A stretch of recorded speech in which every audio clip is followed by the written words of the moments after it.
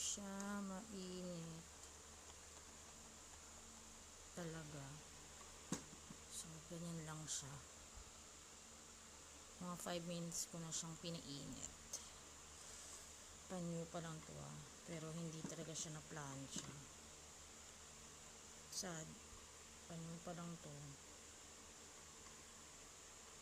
So sad. I thought it's okay, but I guess not. Diba? Wala.